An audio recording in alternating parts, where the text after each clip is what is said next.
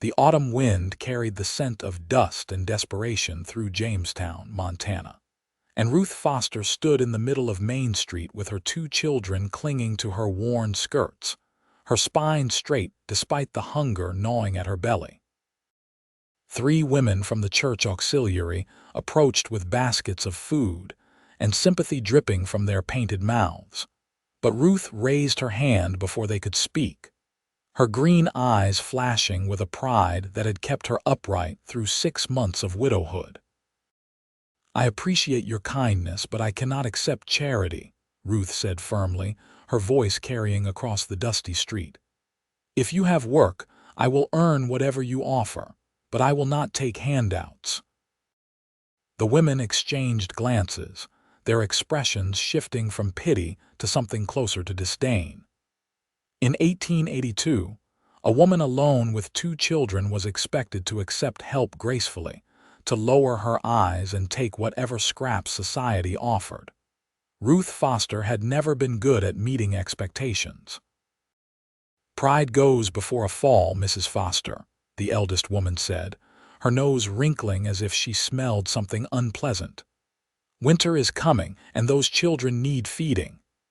"Then I will feed them with my own labor," Ruth replied, tightening her grip on her daughter's hand. Sarah was 7, and little Thomas only 5. Both were too thin, their clothes patched and repatched until more thread than original fabric held them together. The church women departed in a rustle of silk and judgment, leaving Ruth standing alone as the afternoon sun cast long shadows across the rutted street. She had been a schoolteacher before marrying William Foster, and after his death from pneumonia last spring, she had tried to reclaim that position. But the school board had hired a man from back east instead, someone with credentials and without the burden of small children who might distract from proper education. Ruth had tried everything. She had offered to take in laundry, but the Chinese workers did it cheaper. She had attempted to find work as a seamstress, but her fingers, though nimble, could not compete with the speed of younger women without children to mind. Every door had closed politely but firmly, until Ruth found herself down to her last handful of flour and a winter approaching that promised to be brutal. "Mama, I am hungry," Thomas whispered, tugging at her sleeve. Ruth knelt down, smoothing his dark hair back from his forehead. "I know, sweetheart. We will have supper soon, I promise." It was a promise she was not certain she could keep, but she would die before admitting defeat in front of her children. She straightened and began walking toward the edge of town where the mercantile stood. Perhaps Mr. Henderson needed someone to stock shelves or sweep floors. Perhaps today would be different from all the other days when she had begged for honest work and found none. The mercantile bell chimed as she entered, and Mr. Henderson looked up from his ledger with an expression that suggested he knew exactly why she was there and exactly what he would say before she even opened her mouth.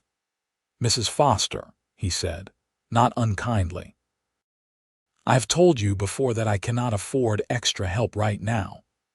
"I would work for very little," Ruth said, hating the pleading note that crept into her voice despite her best efforts. "Just enough to feed my children through the winter. I am a hard worker, Mr. Henderson." "I do not shirk or complain." "I am sure you are, but the fact remains that business has been slow. Perhaps in the spring, when the cattle drives come through and we see more traffic." Spring was 6 months away. 6 months was an eternity when you had nothing. Ruth thanked him quietly and herded her children back outside, blinking against the sting in her eyes that had nothing to do with the wind. The sun was beginning its descent toward the mountains, painting the sky in shades of copper and gold that mocked her with their beauty. She had perhaps 2 more hours before she would need to return to the tiny room she rented above the saddle shop, where the stove had not been lit in 3 days because she had no coal to burn. A wagon rattled past, kicking up dust that made Sarah cough. Ruth pulled both children closer, preparing to make one final attempt at the restaurant down the street, when she noticed a tall figure leaning against the hitching post outside the saloon. He was watching her with an intensity that made her uncomfortable, but when their eyes met, he straightened and began walking in her direction. Ruth's first instinct was to gather her children and flee. Decent women did not speak to men who emerged from saloons, and the way he moved, with a loose-limbed confidence that suggested he was comfortable with violence, sent alarm bells ringing through her exhausted mind. But there was something in his expression, a curiosity rather than threat, that made her hold her ground. "Pardon me, madam," he said, removing his hat to reveal brown hair that needed cutting and eyes the color of storm clouds. "I could not help but overhear your conversation with those church ladies earlier. My name is Patrick Hayes, and I own a ranch about 10 miles north of here."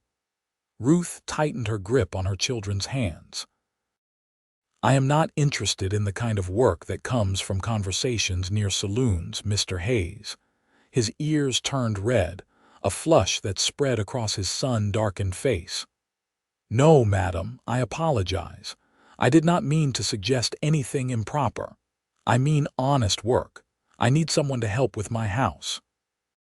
It has fallen into considerable disrepair since my mother passed 2 years ago, and I am not much good at cooking or mending or the 100 other things that need doing to keep a home running properly." "You want a housekeeper?" Ruth asked carefully, searching his face for any hint of deception. "Yes, madam. I can offer room and board for you and your children. There is a separate bedroom that would be yours with a good lock on the door. I would pay $20 a month on top of that, and your children would be warm and fed through the winter." $20 was more than Ruth had earned in the last 3 months combined. Room and board meant safety, meant her children would not starve.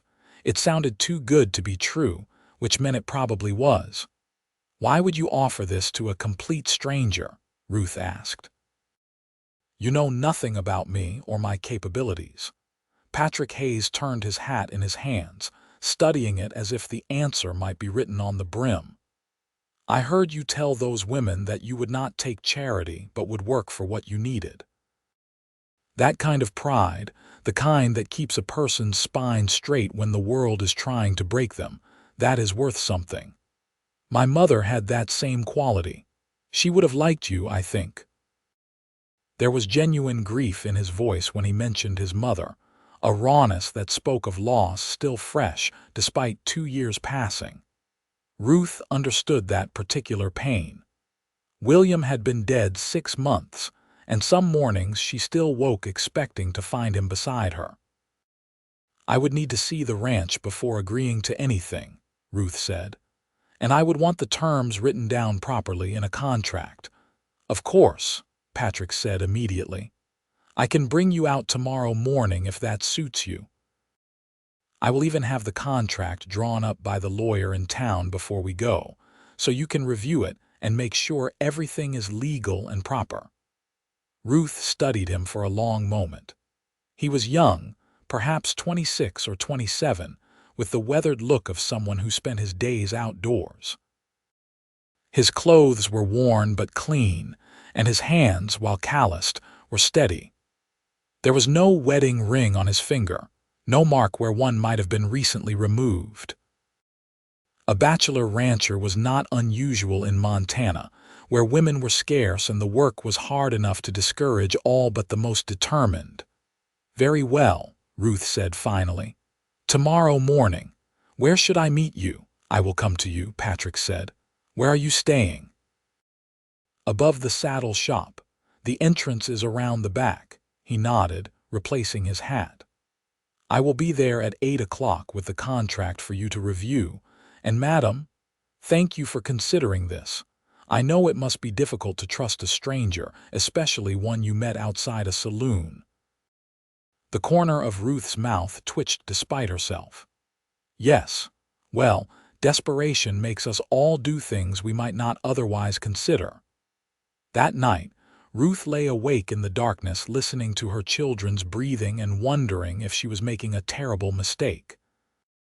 She knew nothing about Patrick Hayes except what he had told her, and men lied as easily as breathing when it suited them.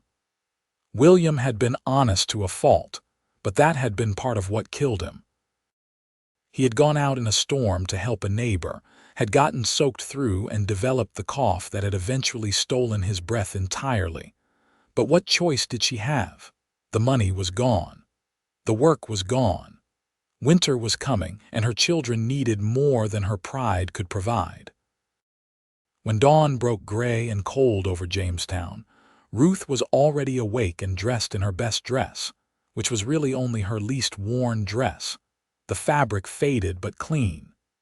She combed Sarah's hair until it shone and scrubbed Thomas's face until he squirmed in protest. If she was going to meet a potential employer, she would do so with dignity. Patrick Hayes arrived precisely at 8 o'clock, driving a sturdy wagon pulled by 2 horses that looked well fed and cared for. He had shaved and changed into a clean shirt, and he carried a folded document that he handed to Ruth before even saying good morning. "The contract," he said. "I had the lawyer write it up last night. He was not pleased about being disturbed after supper, but he did good work nonetheless." Ruth unfolded the paper and read carefully. The terms were exactly as Patrick had described. Room and board for herself and 2 children, $20 monthly salary, with duties including cooking, cleaning, laundry, and general household maintenance. There was a clause specifically stating that her private quarters would remain private, and another outlining a 2-week trial period during which either party could terminate the arrangement without penalty. "This seems fair," Ruth said slowly. "Almost too fair." "What are you not telling me, Mr. Hayes?" Patrick rubbed the back of his neck, looking uncomfortable. "The house is not in good condition. I have been living like a bachelor, which means I have been living like a pig if I am being honest. It is going to take a lot of work to make it presentable. I will not blame you if you take one look and climb right back into this wagon." "I am not afraid of hard work," Ruth said. "I am only afraid of being taken advantage of." "Then we understand each other," Patrick said, and there was something in his eyes, a respect that Ruth had not seen from a man in a long time. William had looked at her like that, as if her opinions mattered, as if she was more than just a burden to be managed. The ride out to the ranch took nearly an hour, following a rutted track that wound through stands of pine and aspen. The mountains rose sharp and beautiful against the autumn sky, their peaks already dusted with snow that promised the winter to come. Thomas fell asleep against Ruth's shoulder, exhausted from the early morning, while Sarah pressed her nose against the wagon side and watched the landscape roll past with wide eyes. Patrick did not attempt to make conversation during the drive, for which Ruth was grateful. She needed time to think, to prepare herself for whatever she might find. If the house was truly as neglected as he suggested, she would have her work cut out for her. But $20 a month was $20 a month, and winter was coming whether she was ready or not. The ranch appeared as they crested a hill, and Ruth's first thought was that it was bigger than she had expected. The main house was built of logs, sturdy and well constructed, with a wide porch running across the front. Behind it stood a barn, a stable, and several smaller outbuildings. Fences marked off pastures where cattle grazed, fat and healthy-looking. Whatever else Patrick Hayes might be, he was clearly a competent rancher. But as they drew closer, Ruth could see the signs of neglect he had mentioned. The porch sagged in one corner, its boards gray with age and weather. Shutters hung crooked on their hinges, and the windows were so dirty they were nearly opaque. Weeds had grown up around the foundation, and the yard was littered with tools and equipment that should have been stored properly. Patrick pulled the wagon to a stop in front of the house and climbed down, then turned to help Ruth and the children. "I warned you it was bad." "You did," Ruth agreed, setting Thomas on his feet and taking Sarah's hand. "May I see inside?" The interior was dim and smelled of old smoke and unwashed dishes. Ruth's eyes adjusted slowly to the gloom, revealing a large main room with a kitchen area on one side and a sitting area on the other. A massive stone fireplace dominated one wall, its hearth cold and filled with ash. Dirty dishes were piled in the basin, and the floor was tracked with mud and who knew what else, but the bones of the house were good. The logs were solid, the roof appeared intact, and the furniture, while dusty, was well made and sturdy. With work, this could be a comfortable home. More than comfortable, it could be beautiful. "The bedrooms are back here," Patrick said, leading her down a short hallway. He pushed open a door to reveal a room with a large bed covered in quilts that needed airing, then moved to another door. "This would be yours. It has space for the children, and as you can see, the lock is good and strong." The room was indeed spacious, with 2 windows that would let in good light once they were cleaned. There was a double bed frame without a mattress and space enough for pallets for the children. The walls were bare logs, chinked and solid, and the floor was wood plank that would be easy enough to sweep and scrub. "Where is your room?" Ruth asked. "Back there at the end of the hall. Far enough away for propriety, close enough that I could hear if there was trouble and you needed help." Ruth appreciated his directness. Too many men would have danced around the subject of sleeping arrangements, would have tried to make her feel foolish for worrying about impropriety. Patrick Hayes simply laid out the facts and let her make her own judgments. "I will need a mattress and bedding," Ruth said. "And the children will need pallets and blankets. The stove will need to be cleaned and checked before I can cook safely, and I will need supplies. Flour, salt, sugar, coffee, lard, and whatever else is needed to make proper meals." "I can take you into town this afternoon for supplies," Patrick said. "There is a spare mattress in the barn that just needs airing out. It was my mother's, and it is good quality. I could not bring myself to get rid of it, but I am sure she would be happy to know it was being used." Ruth walked to the window and looked out at the ranch spreading before her. The mountains rose in the distance, their peaks sharp against the sky. A creek ran through the property, its water glinting silver in the morning light. It was beautiful and isolated, which meant if Patrick Hayes turned out to be something other than what he seemed, she would have nowhere to run. But her children needed food. They needed warmth.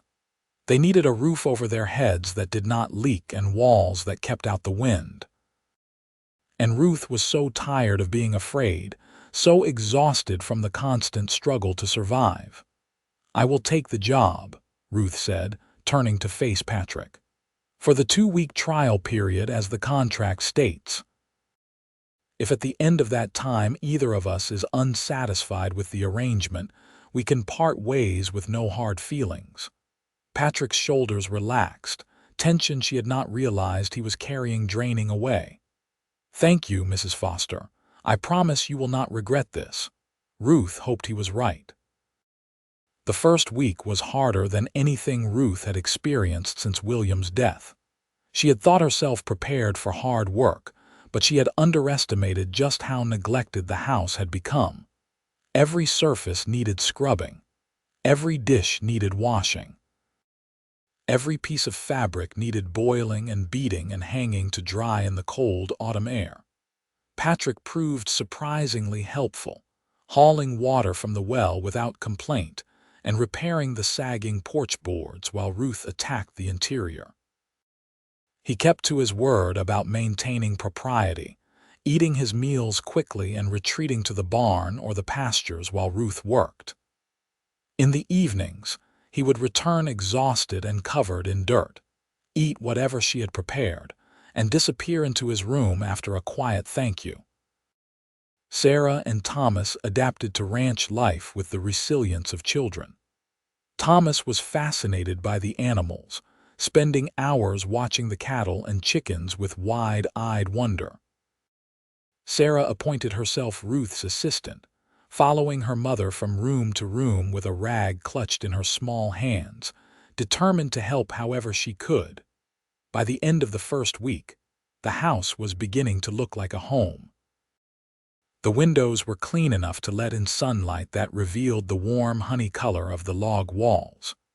The floors gleamed from scrubbing, and the dishes were washed and stacked neatly on the shelves Patrick had built into the kitchen wall. Ruth had even managed to air out the bedding and wash the curtains, hanging them back up to frame the windows in faded calico. On Sunday morning, Ruth woke to find frost coating the windows in delicate patterns. Winter was announcing its approach, and she felt a deep gratitude that she and her children were no longer facing it in that tiny room above the saddle shop. She dressed quickly and went to start breakfast, surprised to find Patrick already in the kitchen with the fire going and coffee brewing. "Morning, madam," he said, looking slightly embarrassed to be caught in what was now her domain. "I hope you do not mind. I am an early riser by habit, and I thought I would save you the trouble of getting the stove going." "That is thoughtful, thank you," Ruth said, moving to the counter where she had set dough to rise the night before. She had been making bread, real bread with wheat flour Patrick had purchased in town, and the smell of it baking filled the house with a warmth that had nothing to do with the stove's heat. Patrick poured himself a cup of coffee and leaned against the wall, watching her work. "You have done wonders with this place. I barely recognize it. It needed care, that is all. Good bones can carry a house through neglect, but eventually someone needs to remember what it was meant to be." "My mother would say the same thing about people," Patrick said quietly. "She used to tell me that everyone has good bones underneath, even when they are covered in dirt and wear." Ruth glanced at him, caught by something in his tone. "You must miss her very much." "Every day," Patrick admitted. "She was the heart of this place. When she died, it was like the house died too. I kept it running, kept the ranch going, but I did not know how to make it feel like home anymore." "You are very young to be running a ranch alone," Ruth observed, sliding the bread into the oven. "Do you have any siblings who might help?" "Had a brother. He died in a riding accident when we were both young. It was just me and my mother after my father passed. She was tougher than anyone I ever knew.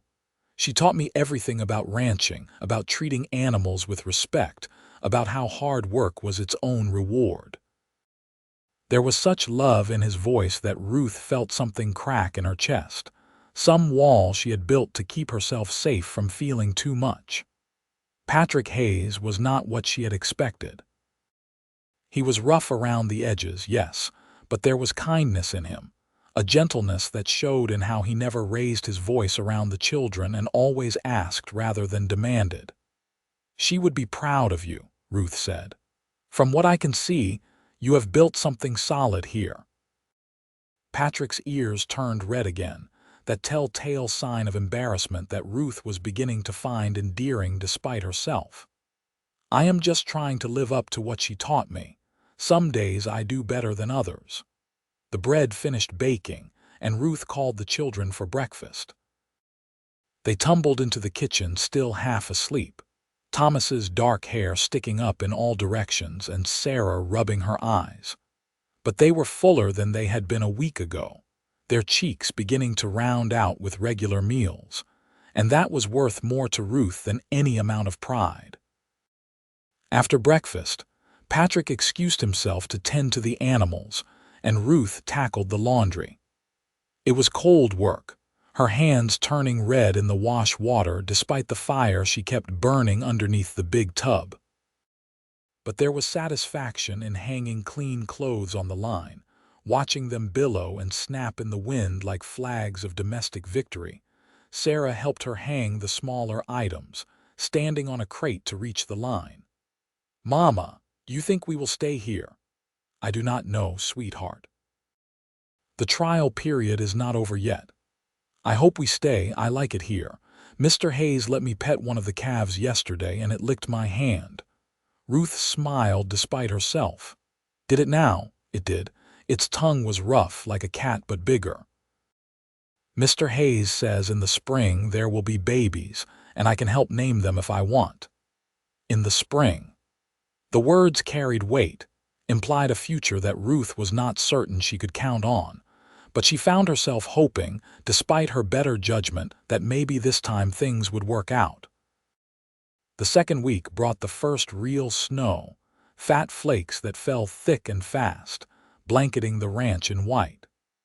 Patrick came in for supper stamping his feet and brushing snow from his shoulders, and Ruth realized with a start that she had been worried about him being out in the storm. "Everything secured?" she asked, ladling stew into a bowl for him. "Yes, madam. All the animals are in the barn with plenty of feed. We should be fine for a few days even if this keeps up." Thomas pressed his nose against the window, watching the snow fall with wonder. "Can we go out in it, Mama?" "After supper for a little while," Ruth agreed, "but you will need to bundle up warmly." Patrick ate his stew with the quiet efficiency of a man who had spent too many years eating alone. But tonight he lingered after finishing, accepting a second cup of coffee and watching as the children begged Ruth for stories. She told them about the winter she had spent in Nebraska as a girl, when the snow had been so deep it had covered the windows and they had to tunnel out the front door. "My father built snow forts with us," Ruth said, the memory surprisingly free of pain. "He said that if we were going to be trapped by winter, we might as well make an adventure of it." "That is good thinking," Patrick said. "Tomorrow, if the snow stops, I could help Thomas build a fort of his own if he wants." Thomas's eyes went wide with excitement. "Really? A real fort?" "As real as snow can make it," Patrick agreed, and Ruth saw him smile properly for the first time since she had arrived. It transformed his face, made him look younger and less burdened, and she found herself smiling back before she could stop herself. That night, after the children were asleep, Ruth sat by the fire mending one of Patrick's shirts that had torn at the shoulder seam.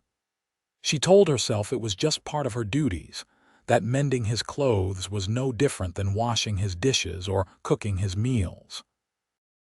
But there was something intimate about it nonetheless, something that made her think about the man who wore these clothes, who moved through the world with such quiet competence.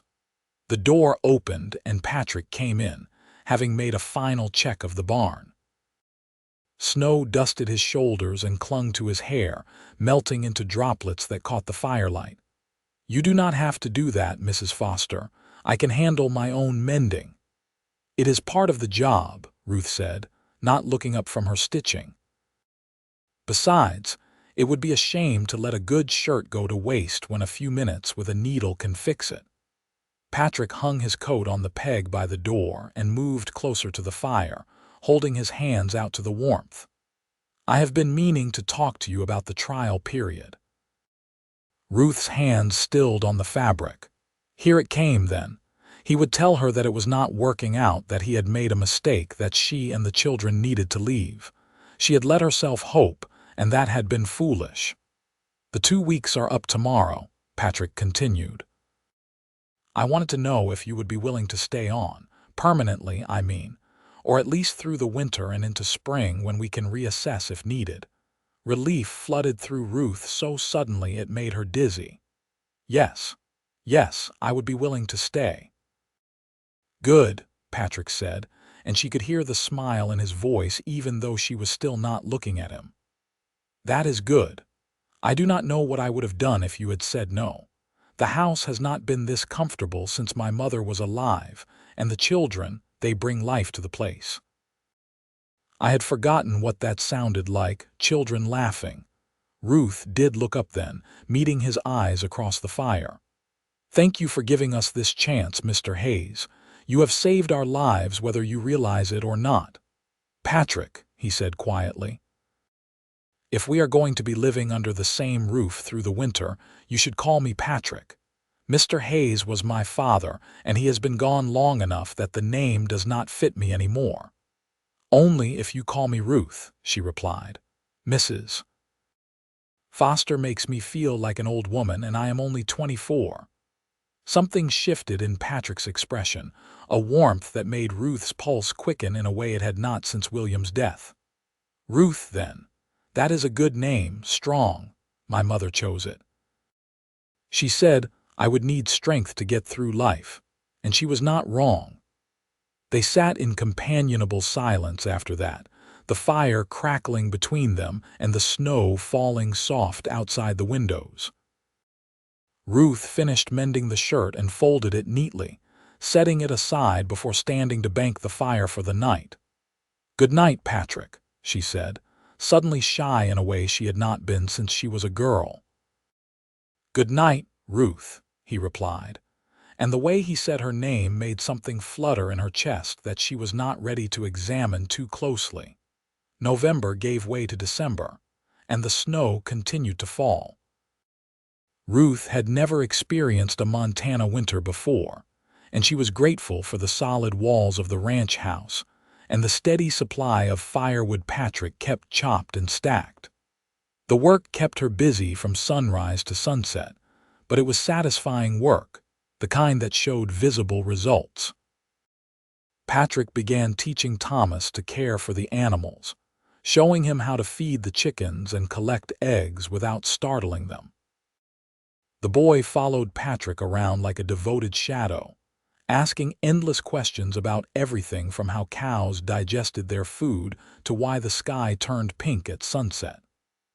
Patrick answered every question with patience, never dismissing Thomas's curiosity as foolish or tiresome. Sarah, meanwhile, had discovered the trunk of books in Patrick's room.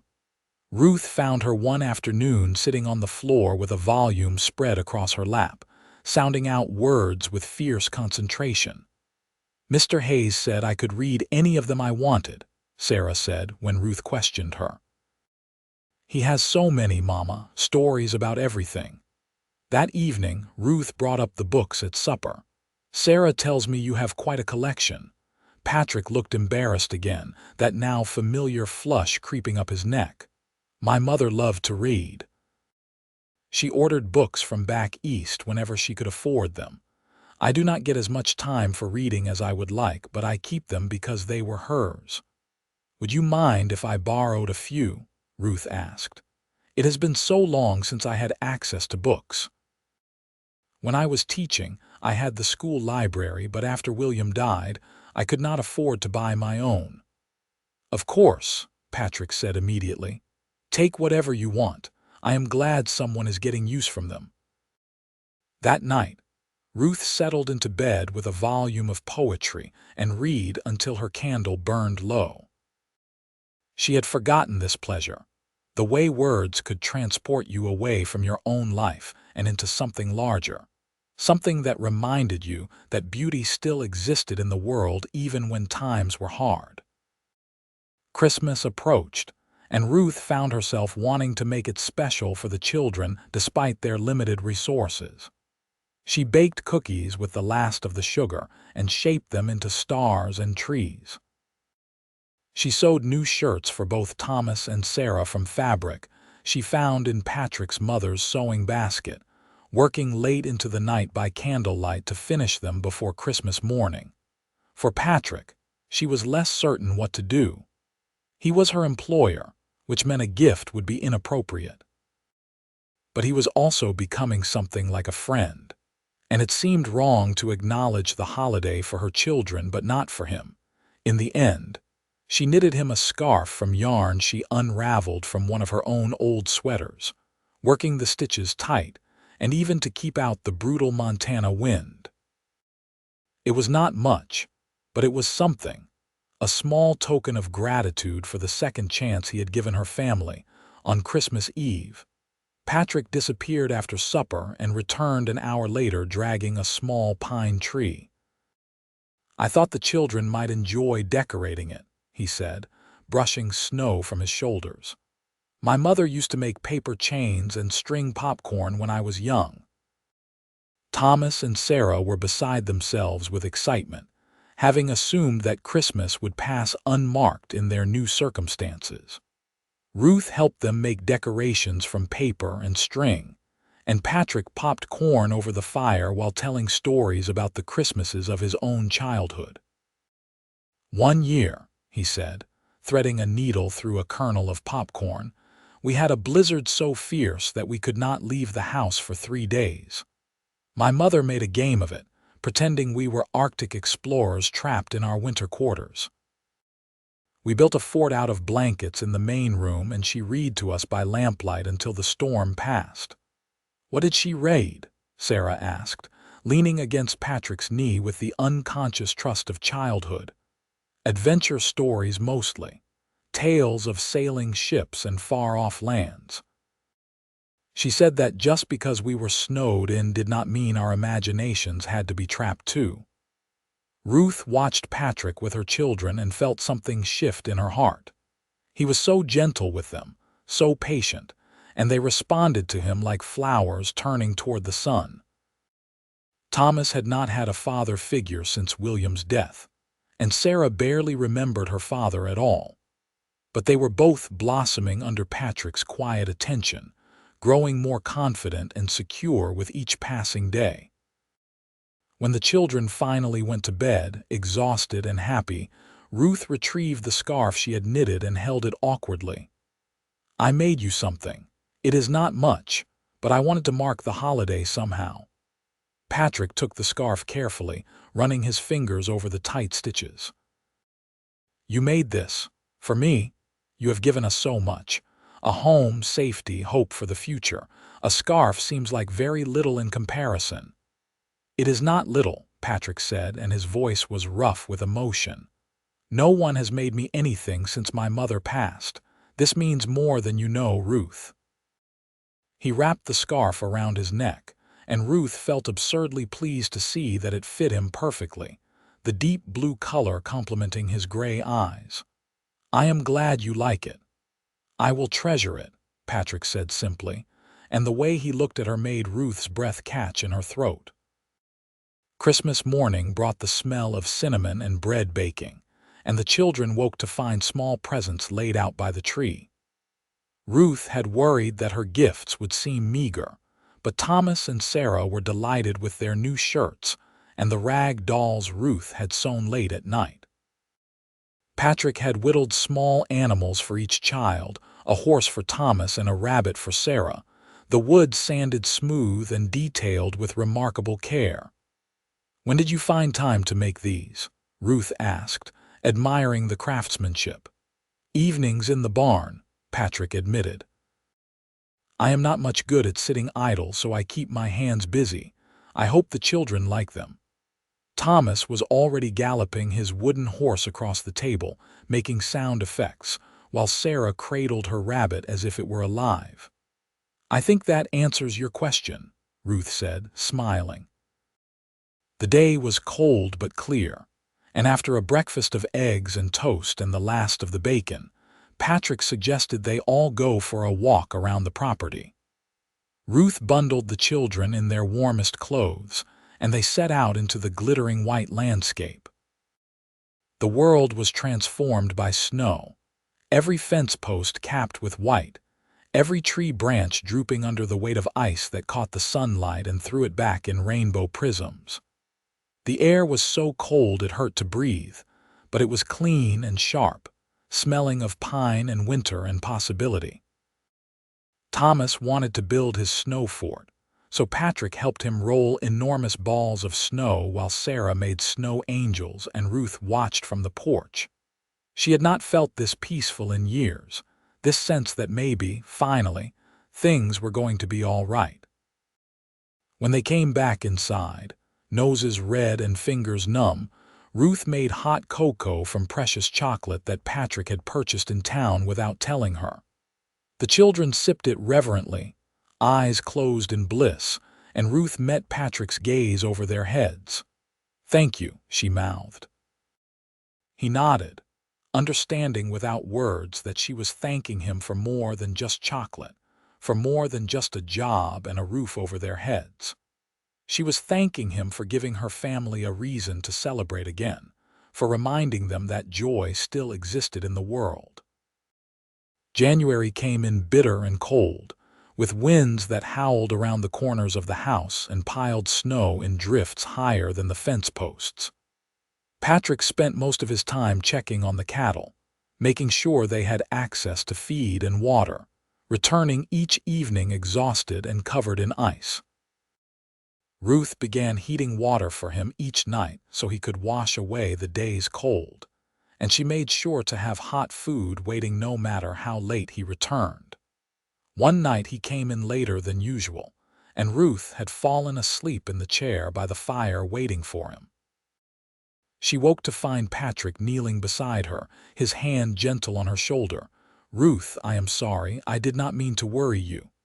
"You did not," she said automatically, then realized she was lying. "Well, perhaps a little. It is so cold out there. One of the cows was having trouble calving. I had to help her through it, make sure the calf survived. Both mother and baby are doing well now." He looked exhausted, his face drawn with fatigue, and Ruth felt a surge of concern that was far too intense for an employer to feel about her employee. Somewhere during the long winter months, the boundaries between them had begun to blur. "Come, eat something," Ruth said, standing and moving to the stove where she had kept stew warming. "You will be no good to anyone if you collapse from exhaustion." Patrick ate mechanically, barely tasting the food, and Ruth poured him coffee laced with honey. "You work too hard," she said. "Is there no one else on the ranch who can help you?" "I had a hired man last year, but he moved on to California looking for gold. I have been managing alone since then." "In the spring, when the cattle can be moved to better pasture and the weather improves, it will be easier." "What about the ranch hands for the cattle drives? Surely you need help then." "I hire temporary workers when the time comes, but for the day-to-day work of winter it has just been me." Ruth sat down across from him, studying his face. "You are going to break yourself apart if you keep pushing this hard. What choice do I have? The ranch is all I have left of my parents. I cannot let it fail. And if you fail instead, what happens to the ranch then?" Patrick had no answer for that, and after a moment he rubbed his eyes tiredly. "You are right. I know you are, but I do not know how to slow down. I have been moving at this pace for so long that I have forgotten what it feels like to rest." Ruth reached across the table and placed her hand over his, a gesture of comfort that surprised them both. "Then let me help you remember. You have given me and my children a safe harbor. Let us do the same for you." Patrick turned his hand over, his fingers curling around hers. His palm was calloused and warm, and Ruth felt that flutter in her chest again, stronger this time, impossible to ignore. "I do not deserve your kindness," Patrick said quietly. "Everyone deserves kindness," Ruth replied. "Your mother understood that, I think. She raised a son who saw a desperate widow and offered her dignity instead of charity. That speaks to the kind of person she was, and the kind of person you are." They sat like that for a long moment, hands clasped across the table, the fire crackling behind them and the wind howling outside. Then Patrick cleared his throat and gently withdrew his hand, the moment breaking like ice on a spring river. "I should get some sleep. Tomorrow will be another long day. Rest well, Patrick. Good night, Ruth." After he disappeared down the hallway, Ruth sat alone by the fire and acknowledged what she had been trying to deny for weeks. She was developing feelings for Patrick Hayes, feelings that went far beyond gratitude or friendship. She was falling in love with him, had been falling in love with him since that first Christmas when she watched him whittle toys for her children in the evenings and answer their endless questions with patience. It was too soon.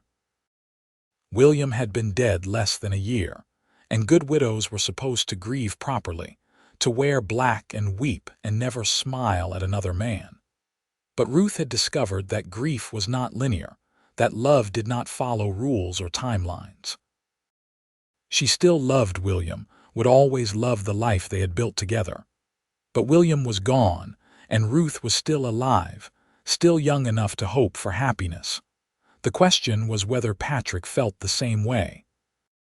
February brought a brief thaw, the temperatures rising just enough to turn the snow slushy and treacherous. Patrick took advantage of the milder weather to ride into town for supplies, and he invited Ruth and the children to come along. "It will do you good to see people again," he said. "And the children must be starving for entertainment after being cooped up all winter." Ruth agreed, excited at the prospect of leaving the ranch even though she had been perfectly content there. She dressed the children in their best clothes and tried to do something with her own hair, which had grown wild for months without proper cutting. She told herself she was not trying to impress anyone, but her reflection in the small mirror suggested otherwise. The ride to Jamestown took longer than Ruth remembered, the roads muddy and rutted. But the children chattered excitedly the whole way, pointing out landmarks and asking questions about everything they saw. Patrick answered patiently, his mood lighter than Ruth had seen it in weeks. When they arrived in town, Ruth was struck by how small it seemed after months at the ranch. Main Street was still just a collection of buildings huddled together against the vastness of the Montana landscape, still dusty and rough, despite the snow. But there were people, lots of people, and the noise and bustle felt overwhelming after the quiet of the ranch. Patrick tied up the wagon outside the mercantile and helped Ruth down, his hands strong and steady on her waist. "Take your time shopping," he said. "I need to stop by the bank and the feed store, but I will meet you back here in an hour or so." Ruth took the children into the mercantile, marveling at the abundance of goods on display. Mr. Henderson greeted her with surprise. "Mrs. Foster, I heard you had taken a position at the Hayes Ranch. How are you finding it?" "Very well, thank you," Ruth said, keeping her voice neutral. She could feel the eyes of other customers on her, could sense the whispers starting already. A widow living alone with an unmarried man, even as his housekeeper, was fodder for gossip. She made her purchases quickly, selecting practical items like flour and sugar and coffee, and then added a few treats for the children. Peppermint sticks and a small bag of horehound candy, luxuries they had not tasted in months. She was paying when a familiar voice made her turn around. "Ruth Foster, as I live and breathe. I thought you had disappeared entirely." It was Margaret Henderson, the mercantile owner's wife, and one of the church ladies who had tried to give Ruth charity back in October. Her eyes were sharp with curiosity as she looked Ruth up and down, taking in the improved quality of her dress and the healthy glow in her cheeks. "Hello, Margaret. I have been at the Hayes Ranch, as your husband mentioned." "Yes, quite the arrangement you have there. Living under the same roof as a bachelor rancher, just you and your children. I am sure it is all perfectly innocent, but you know how people talk." Ruth felt her spine straighten, that old pride rising up. "Mr. Hayes needed a housekeeper, and I needed work. There is nothing improper about the situation." "Oh, I am sure, Margaret said, but her tone suggested she believed nothing of the sort. "Still, you might want to think about appearances. A young widow living with a young man, even in a professional capacity, well, it raises questions." "The only questions being raised are by those with too much time on their hands and too little charity in their hearts," Ruth said coldly. "Now, if you will excuse me, my children are waiting." She swept out of the mercantile with her head high, anger burning hot in her chest. How dare Margaret Henderson question her choices, as if Ruth had not already been through enough? As if taking honest work was somehow more scandalous than accepting charity or starving. Patrick was waiting by the wagon, and he took one look at Ruth's face and frowned. What happened? Nothing. Just small-town gossip and small-minded people. What did they say?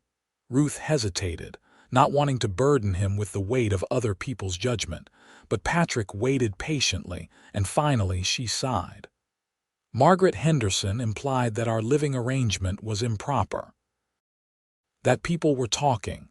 Patrick's jaw tightened. I see. And what did you tell her? That it was none of her business and that I had done nothing wrong. You have not, Patrick said firmly. You have been nothing but professional and proper since the day you arrived. Anyone who suggests otherwise is a fool. But she is not entirely wrong, Ruth said quietly. Appearances matter, especially in a small town. If people think poorly of me, it will reflect on you as well. Patrick was quiet for a moment, and when he spoke, his voice was carefully neutral. Would it help if we were married? Ruth's heart stopped. What? I mean, if appearances are the problem, marriage would solve that. People could not gossip if you were my wife instead of my employee. It was the most unromantic proposal Ruth could have imagined, devoid of any declaration of feeling or affection. Just a practical solution to a social problem. And yet, despite herself, Ruth felt hope flare in her chest. Is that the only reason you are asking? She said, searching his face. To stop gossip, Patrick looked away, color rising in his cheeks. I am not good with words, Ruth. I have spent too much time alone talking to cows and horses instead of people. But I will try to be honest with you now. I care about you. I care about your children. These past months, having you at the ranch, it has felt like having a home again instead of just a place to sleep. I wake up looking forward to the day because I know you will be there. I come in from the cold and there is light in the windows and food on the stove and laughter in the air. You have given me back something I did not even realize I had lost. Ruth's eyes stung with tears. Patrick, I am not asking you to love me, Patrick continued. I know you are still grieving your husband and I respect that, but I am asking you to consider building a life together. A partnership based on respect and friendship and the fact that we work well together. If love comes later, that would be wonderful. But if not, I promise I would still treat you with kindness and honor you as my wife. It was practical and honest and completely lacking in flowery romance, and Ruth found it more moving than any grand declaration could have been. Patrick was offering her exactly what she needed: security, respect, and the freedom to let her heart heal in its own time. But the truth was, her heart had already started healing. Had started opening to the possibility of loving again, specifically to the possibility of loving this quiet, steady man who had given her a second chance at life. I do care for you, Ruth said slowly. More than I expected to, more than I thought I could after William. You have been so good to me and my children, so patient and kind.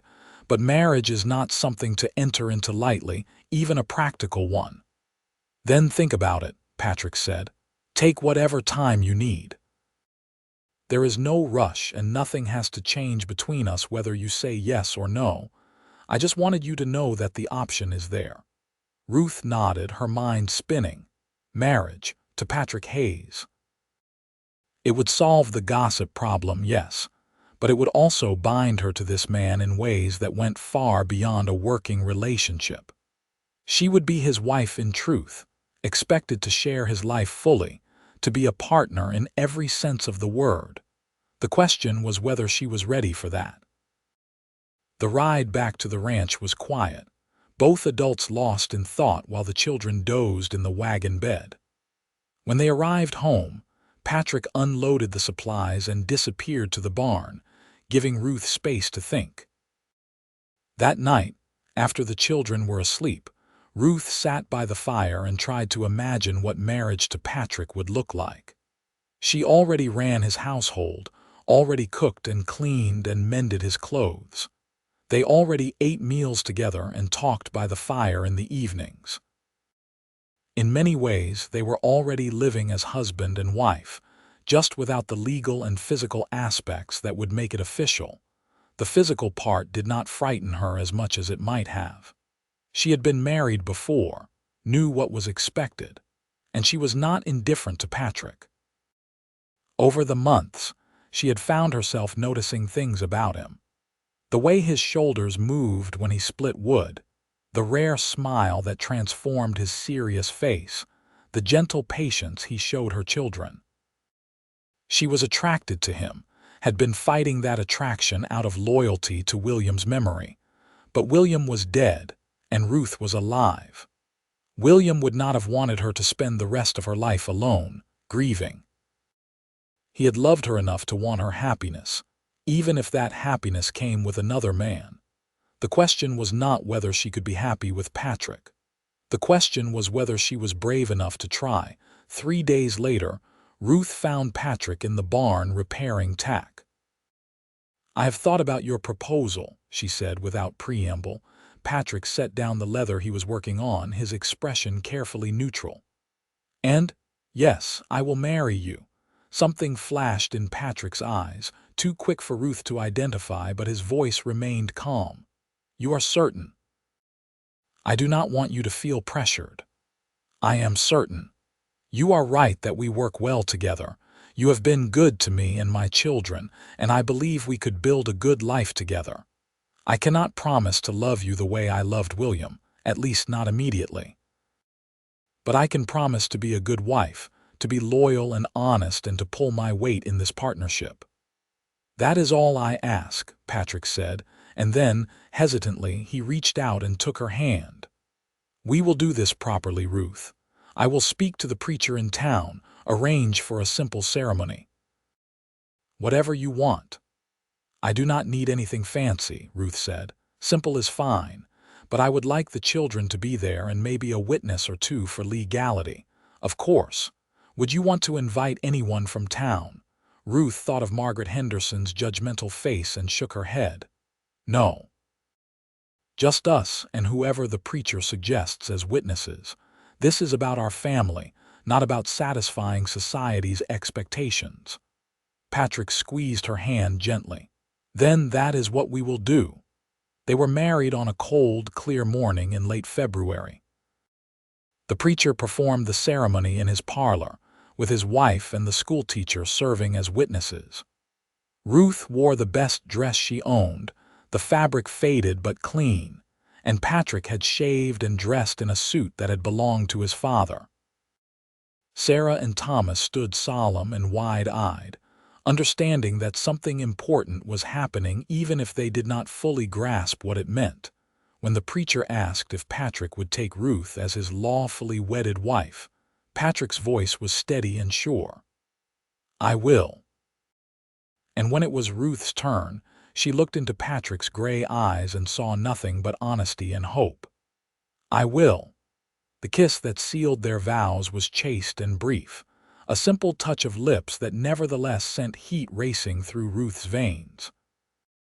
Then it was done, and they were married, bound together by law and promise. The ride back to the ranch was quiet, tension humming between them. They had not discussed what would happen that night, whether Patrick would expect his marital rights immediately or whether he would give Ruth more time to adjust. Ruth found herself nervously twisting her new wedding ring, a simple gold band that had belonged to Patrick's grandmother. At the ranch, Ruth prepared a special supper to mark the occasion, using the last of the chicken and making fresh biscuits. The children were excited, treating the day like a holiday, and their chatter filled the awkward silences between the adults. After supper, Ruth put the children to bed, taking extra time with the bedtime ritual. When she finally emerged, she found Patrick standing by the fire, looking as nervous as she felt. "Ruth, I want you to know that I have no expectations for tonight," he said immediately. "I know this is all very sudden, and I do not want you to feel obligated to anything you are not ready for." Relief flooded through Ruth, mixed with an unexpected twinge of disappointment. "Thank you. I appreciate that. I thought perhaps I could sleep in the barn for a few nights, give you time to adjust to the idea of being married again." "That seems excessive," Ruth said. "It is your house, Patrick. You should not have to sleep in the barn. We are adults and we can share a roof without anything improper happening." "But we are married now," Patrick pointed out. "It would not be improper." "No, but it would be rushed. I need time, Patrick. Time to get used to the idea of being a wife again. Is that all right?" "Of course," Patrick said immediately. "Take whatever time you need. I am a patient man, Ruth. I have waited this long to have a real home. I can wait longer for the rest of it." That night, Ruth lay alone in her bed and tried to understand what she was feeling. She was married again, bound to a man she had known less than 6 months. It should have felt wrong, rushed, like a betrayal of everything she had shared with William. But instead, it felt right in a way she had not expected. Safe, like coming home after a long journey. March arrived with the promise of spring, though the snow still lay thick on the ground. Patrick continued to work the ranch while Ruth managed the house, and their new status as husband and wife settled over them like a comfortable blanket. The children adapted quickly, starting to call Patrick Papa without anyone suggesting it, and he responded to the title with quiet pride. Ruth found herself watching Patrick more openly now that she was his wife, studying the way he moved, the care he took with the animals, the gentle strength in his hands. She was not blind to the fact that he was attractive, that other women in town had likely set their caps for him before Ruth came along. She began to understand that his proposal had not been merely practical, that he had chosen her specifically out of all the women he might have married. One evening in late March, Ruth was washing dishes when Patrick came up behind her, close enough that she could feel the warmth of his body. "May I help? You can dry," Ruth said, handing him a towel. They worked in companionable silence for a few minutes. Then Patrick said, "I have been thinking about the spring planting. I will need to hire some help, maybe 2 or 3 men to help with the heavy work. Would that bother you, having strangers around?" "Not if you trust them," Ruth said. "And it would be good for you to have help. You have been working yourself to exhaustion. The ranch is growing. We had a good calf crop this year, and if we can make it through until the cattle drive in summer, we should be able to expand even more next year." The word made Ruth's heart skip. Patrick was including her in his plans, treating her as a true partner rather than just hired help who happened to have a marriage license. "What would expansion look like?" Ruth asked, genuinely curious. "More cattle, which means more land. I have been thinking about buying the parcel to the east, the one that borders the creek. Good grazing land and the water rights would be valuable. But that is years away if it happens at all. For now, I just want to keep us fed and safe through next winter." "We will make it," Ruth said with confidence she was only partly faking. "We have made it this far, have we not?" Patrick set down the towel and turned to face her fully. "Ruth, there is something I need to tell you." The seriousness in his voice made Ruth's stomach clench. "What is it?" "I know I told you I had no expectations, that I would give you all the time you needed. And I meant that. But I need you to know that my feelings are not merely practical. I did not marry you just to stop gossip or to get a housekeeper. I married you because somewhere during these past months I fell in love with you." Ruth's breath caught. "Patrick, you do not have to say anything," Patrick said quickly. "I am not asking you to return the feelings. I just need you to know that they exist, that when you are ready for this marriage to be real in all ways, I will be ready too. But there is no pressure, no timeline. I can wait as long as you need." Ruth set down the dish she had been holding, her hands trembling slightly. "What if I said I did not need more time?" Patrick went very still. What are you saying? I am saying that I care about you too, Patrick Hayes. More than I expected to, more than I thought I could after William. You have been patient and kind and good, and I am tired of sleeping alone in that bedroom when my husband is down the hall. We are married, and I want this to be a real marriage in every sense. Are you certain? Patrick asked, his voice rough with emotion. I do not want you to feel obligated. I am certain, Ruth said, and realized it was true. She wanted this, wanted Patrick, wanted to move forward with her life instead of remaining stuck in grief. Tonight, Patrick. I am ready for tonight. Patrick reached out and cupped her face gently, his thumbs stroking her cheeks. I will be gentle. I promise I will make it good for you. I know you will, Ruth said, and then she was kissing him, properly this time, not the chaste brush of lips they had shared at the wedding, but a real kiss full of heat and promise. Patrick responded immediately, pulling her close and kissing her back with a passion that made Ruth's knees weak. His hands were careful on her body, respectful even in desire, and Ruth felt the last of her reservations melt away. The children, she gasped when they broke apart. Are asleep, Patrick murmured against her neck. And our room is at the end of the hall. They will not hear. He swept her into his arms and carried her down the hallway to what had been his room but was now theirs.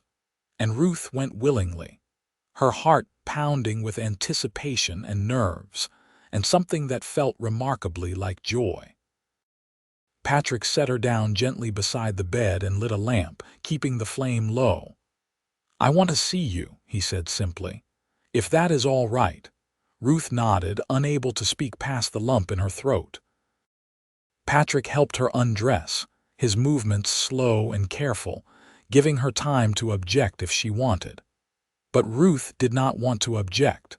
She wanted this, wanted him, wanted to feel alive again in a way she had not since William's death. When they were both undressed, Patrick pulled her onto the bed and made love to her with a gentleness that brought tears to her eyes. It was different from what she had shared with William, but no less meaningful. Patrick was patient and attentive, making sure she found pleasure before seeking his own, and when it was over, Ruth lay in his arms feeling more complete than she had in months. Are you all right? Patrick asked, stroking her hair. I am more than all right, Ruth said, pressing a kiss to his shoulder. I am happy. For the first time since William died, I am genuinely happy. Patrick held her tighter. I will do everything in my power to keep you that way. I promise you that, Ruth. For as long as we both live, I will do my best to make you happy. I know you will, Ruth murmured, already drifting toward sleep. I know. April brought the first real signs of spring. The snow began to melt in earnest, revealing brown grass that would soon turn green. The cattle that had been kept close to the barn during winter were moved to better pasture, and the ranch buzzed with activity as Patrick hired 2 hands to help with the spring work.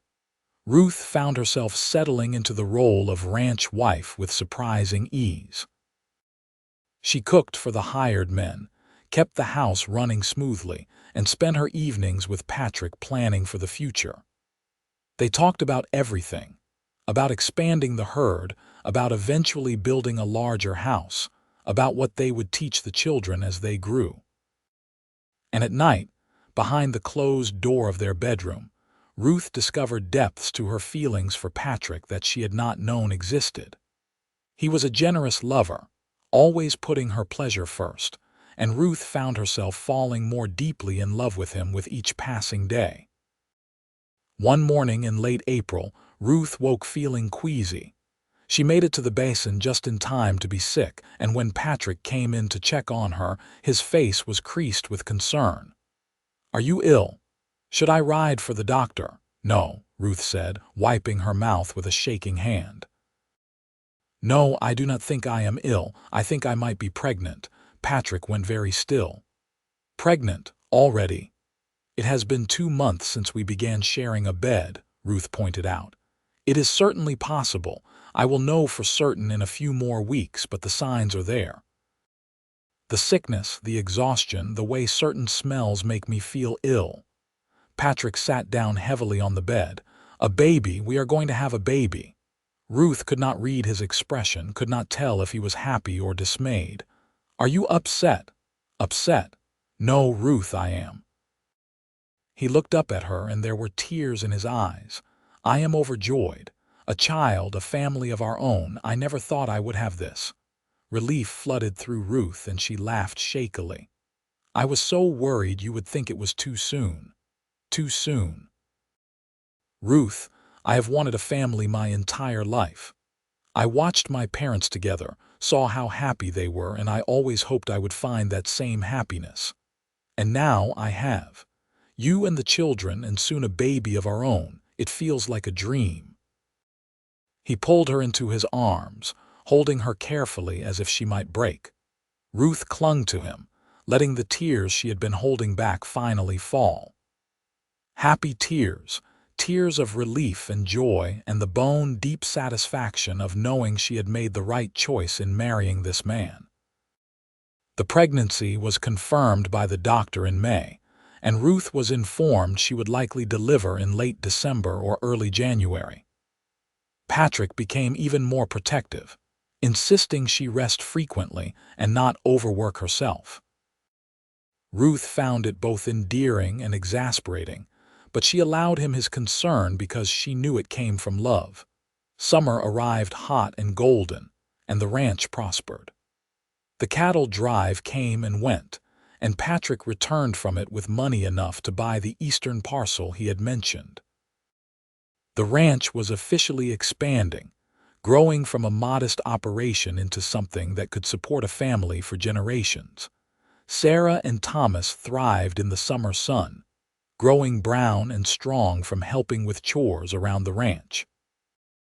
Sarah had become an excellent rider, often accompanying Patrick when he checked on the cattle, while Thomas had developed a talent for working with the chickens and had appointed himself in charge of the henhouse.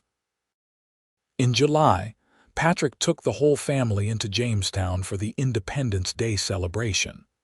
Ruth was beginning to show now, her belly rounding under her dress, and she felt the eyes of the town on her as they walked down Main Street. But this time, the looks were different. Instead of judgment, she saw respect. She was no longer the desperate widow who had refused charity.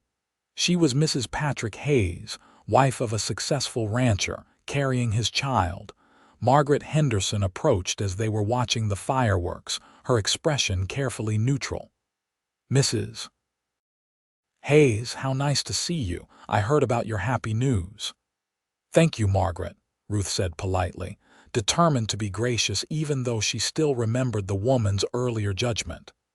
I must admit I was wrong about you and Mr. Hayes. You have clearly made a good match. He seems very happy.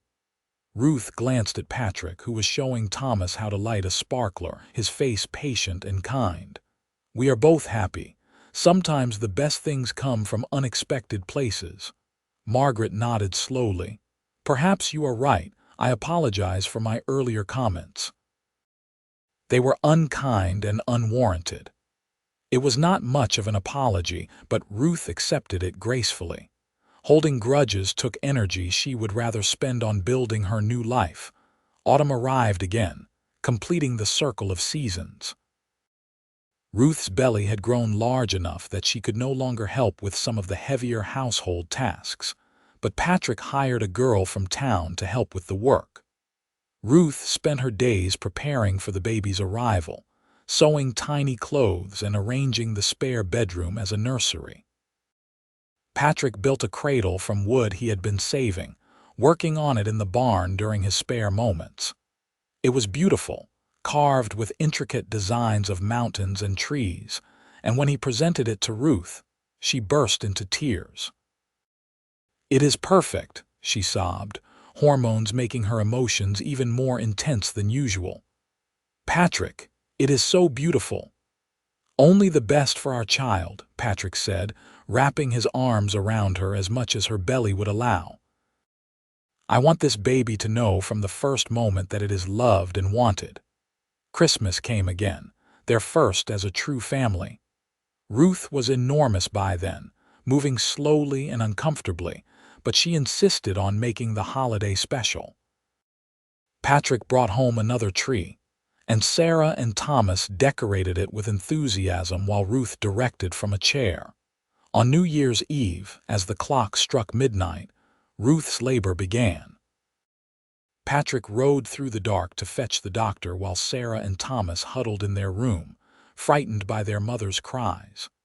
The labor was long and difficult, lasting through the night and into the next day, but finally, as the winter sun was setting, Ruth delivered a healthy baby boy. Patrick held his son for the first time with tears streaming down his face.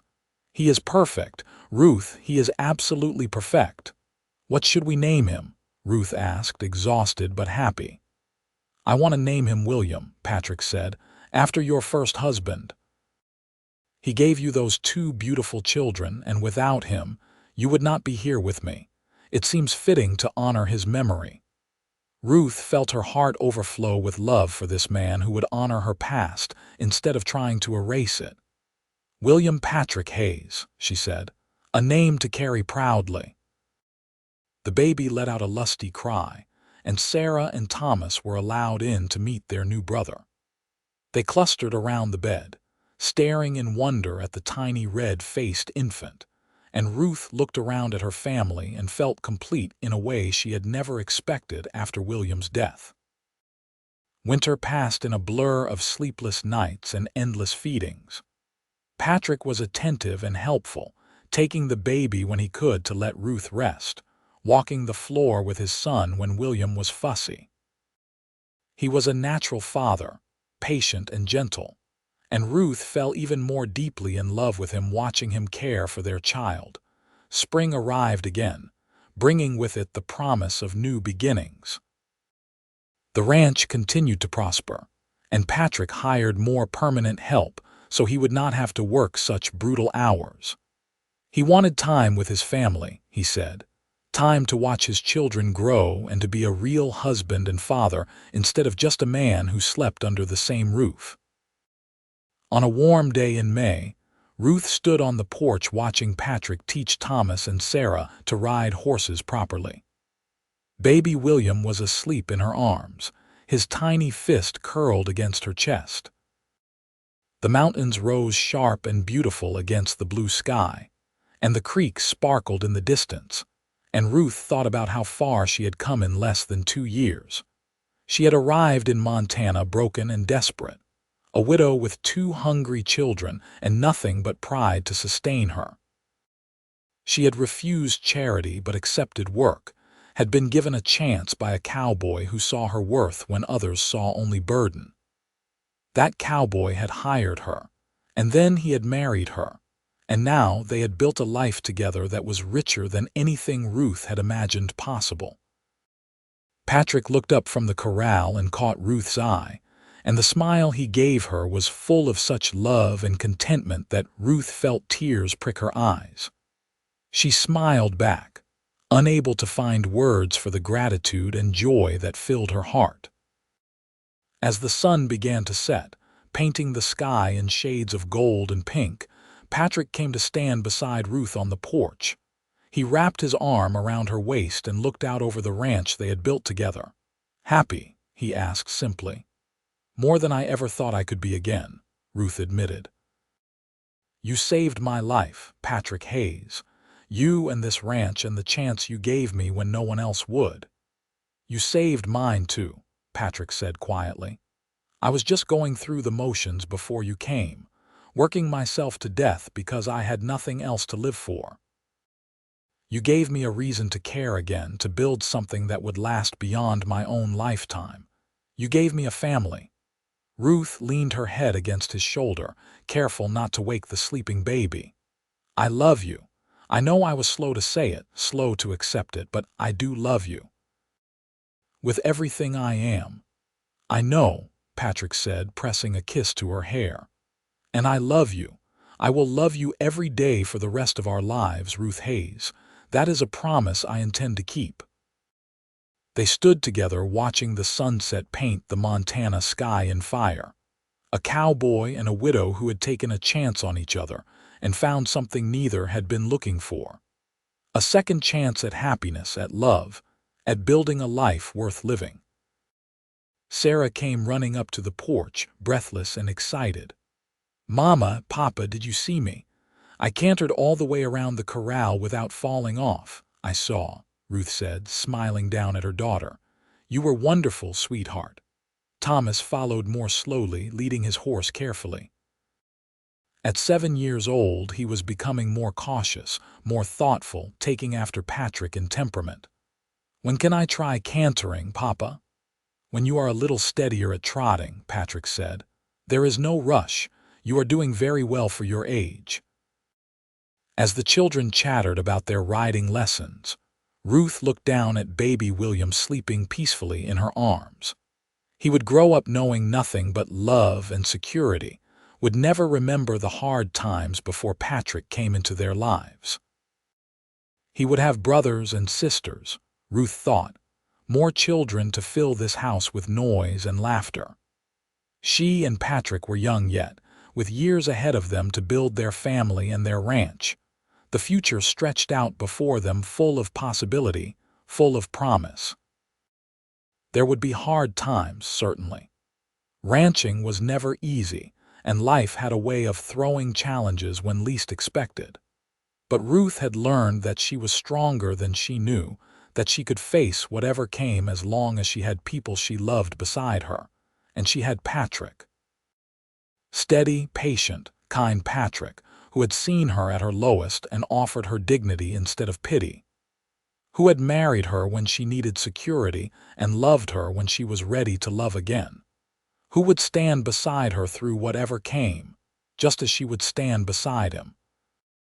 As darkness fell and the stars began to emerge overhead, Patrick herded everyone inside for supper.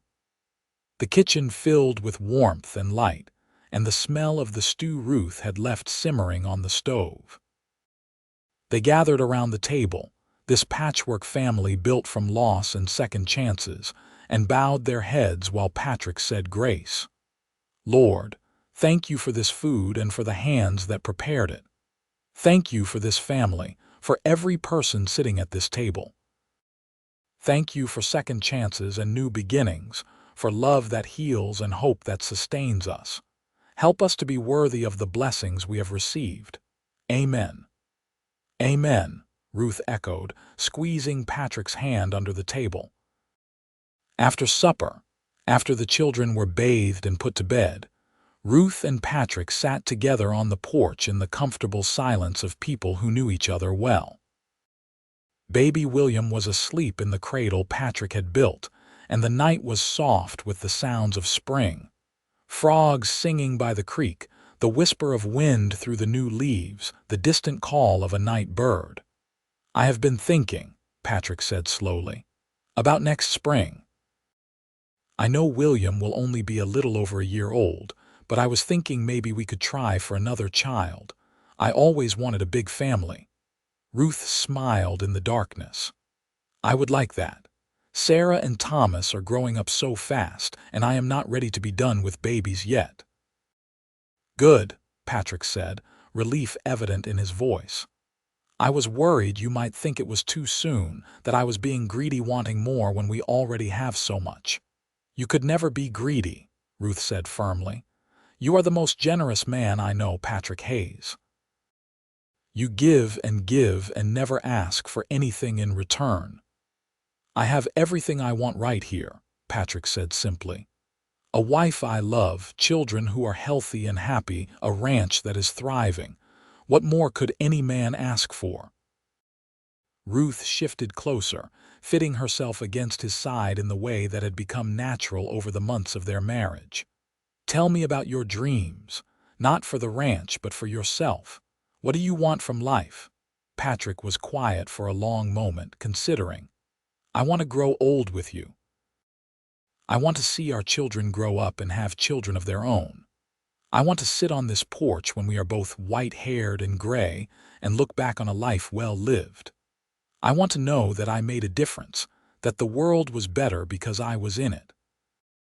But mostly, I just want to love you and be loved by you for as long as we both shall live." It was the most romantic thing Ruth had ever heard, more moving than any flowery declaration because it was real and honest and so very Patrick. "You will have all of that," she promised. "Every single thing you just said, you will have it.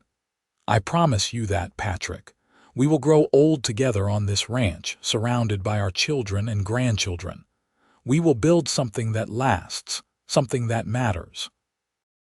"As long as I have you, I already have something that matters," Patrick said, and then he was kissing her, soft and sweet and full of promise. They made love that night with the windows open to let in the spring breeze. And afterward Ruth lay in Patrick's arms and thought about the journey that had brought her here. From that desperate day in Jamestown when she had refused charity, through the long winter of learning to live again, to this moment of perfect contentment. She had been so lost after William died, so certain that her life was over except for the duty of raising her children. But she had been wrong. Her life had not ended. It had simply taken a different path, one that led her to this ranch, to this man, to this future full of hope and possibility. Patrick's breathing deepened into sleep, but Ruth lay awake a while longer, listening to the sounds of her home.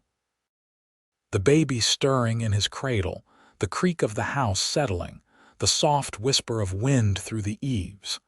These were the sounds of safety, of belonging, of love. In the morning they would wake and begin another day. There would be work to do, always work to do on a ranch. But there would also be laughter and love, meals shared around the family table, evenings spent together planning their future. There would be more children, God willing, and the ranch would continue to grow. Years would pass, seasons would turn, and through it all, Ruth and Patrick would stand together, partners in every sense of the word. But for now, in this moment, Ruth was content to simply be. To feel the weight of her husband's arm across her waist, to hear the peaceful breathing of her children, to know that she was exactly where she belonged. She had been a widow who refused charity but accepted work. A cowboy had hired her, had seen her worth when others saw only burden. And he had married her by spring, had given her and her children a home and a future. But more than that, he had given her something she thought she had lost forever, the chance to love again, to build a life again, to hope again. And Ruth had taken that chance with both hands and made something beautiful from it.